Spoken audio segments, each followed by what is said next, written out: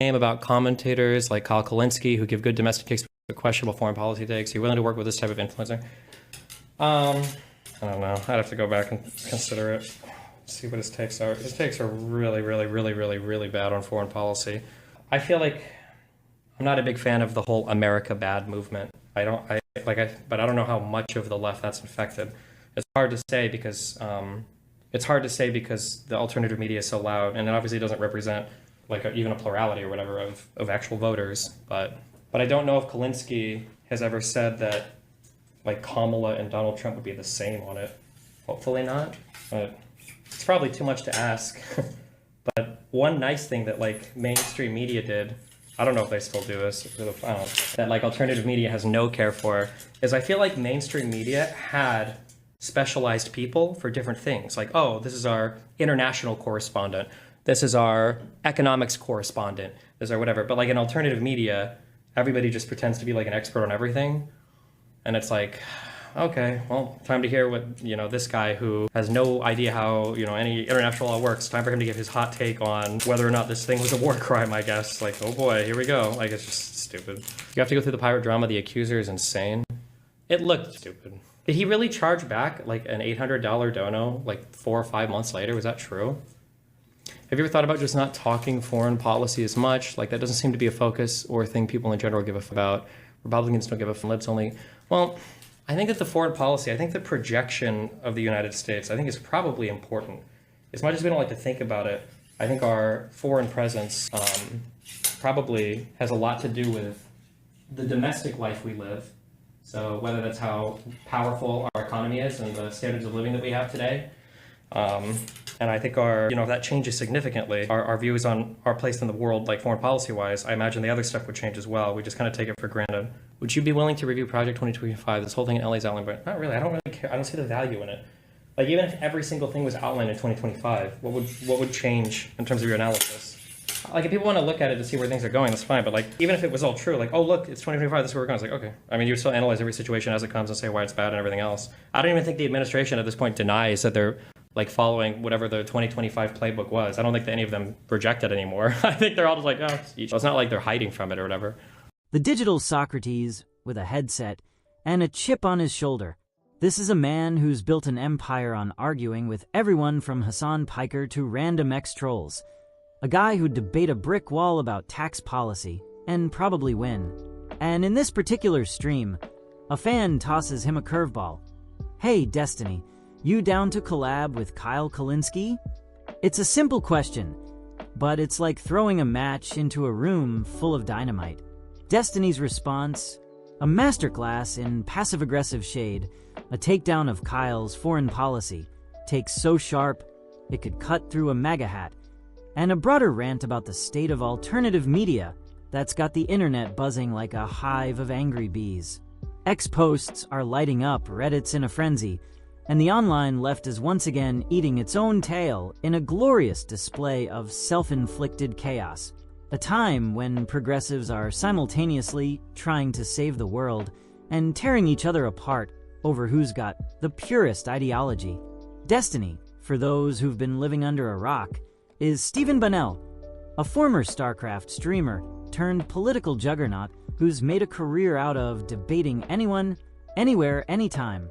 He's the guy who'll spend 6 hours dissecting a single tweet, who's got a fan base that treats him like a philosopher king, and a hater base that thinks he's the devil incarnate.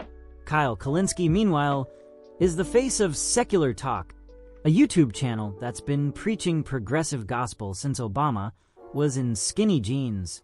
Kyle's the guy you go to for fiery rants about Medicare for all, but according to Destiny, when it comes to foreign policy, he's about as reliable as a weather forecast from a magic 8-ball.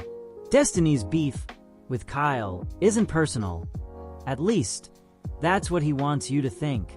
It's ideological, rooted in a fundamental disagreement about how to talk about America's role in the world. Kyle's the kind of progressive who'll call out capitalism's flaws with the precision of a laser-guided missile, but then fumble the ball when it comes to international relations. Destiny's not here for it. He's calling out Kyle's America bad takes The kind of blanket anti-imperialism that paints every US foreign policy move as a war crime waiting to happen. It's not that Destiny's waving a flag and singing Sweet Home Alabama at a drone strike. He's just tired of the left's tendency to oversimplify global conflicts into bumper sticker slogans. And let's be real, in a world where X amplifies every hot take into a viral manifesto, those slogans can do more harm than good. This is where the comedy kicks in, because Destiny's rant is like watching a chef realize the sous chef's been seasoning the soup with sugar instead of salt. He's not mad, exactly. He's just disappointed, exasperated, throwing his hands up like, "Kyle, buddy, stick to domestic policy." He's got a point. Kyle's bread and butter is railing against corporate greed and healthcare inequality, but when he ventures into foreign policy, it's like watching a toddler try to assemble IKEA furniture. Destiny's calling out the broader trend in alternative media, where everyone's suddenly an expert on everything from geopolitics to war crimes, without the credentials to back it up. It's like handing a megaphone to a guy who's read half of Noam Chomsky's Wikipedia page and calling him a scholar. And Destiny? He's not here for the amateur hour. Let's talk about Kyle for a second, because he's not the villain here. He's just a guy trying to navigate the same chaotic media landscape as everyone else. Kyle Kulinsky's been a progressive voice for over a decade, building secular talk into a YouTube powerhouse with millions of views and a fan base that treats him like the Bernie Sanders of content creators. He's got a knack for breaking down domestic issues, healthcare, income inequality, corporate corruption, in a way that's accessible, relatable, and memeable. But when it comes to foreign policy, Destiny's not wrong. Kyle's takes can feel like a bumper sticker slapped on a tank. He's part of a broader trend in alternative media, where influencers are expected to have an opinion on everything, from Gaza to Ukraine to whether a drone strike was technically a war crime. And when you're juggling that many balls, some are bound to hit the floor. Destiny's rant, though, isn't just about Kyle. It's about the state of alternative media itself. He's calling out the everyone's an expert culture, where streamers and YouTubers with zero credentials weigh in on issues that would make a PhD cry. It's like watching a TikToker give a TED Talk on quantum physics because they watched a YouTube video once.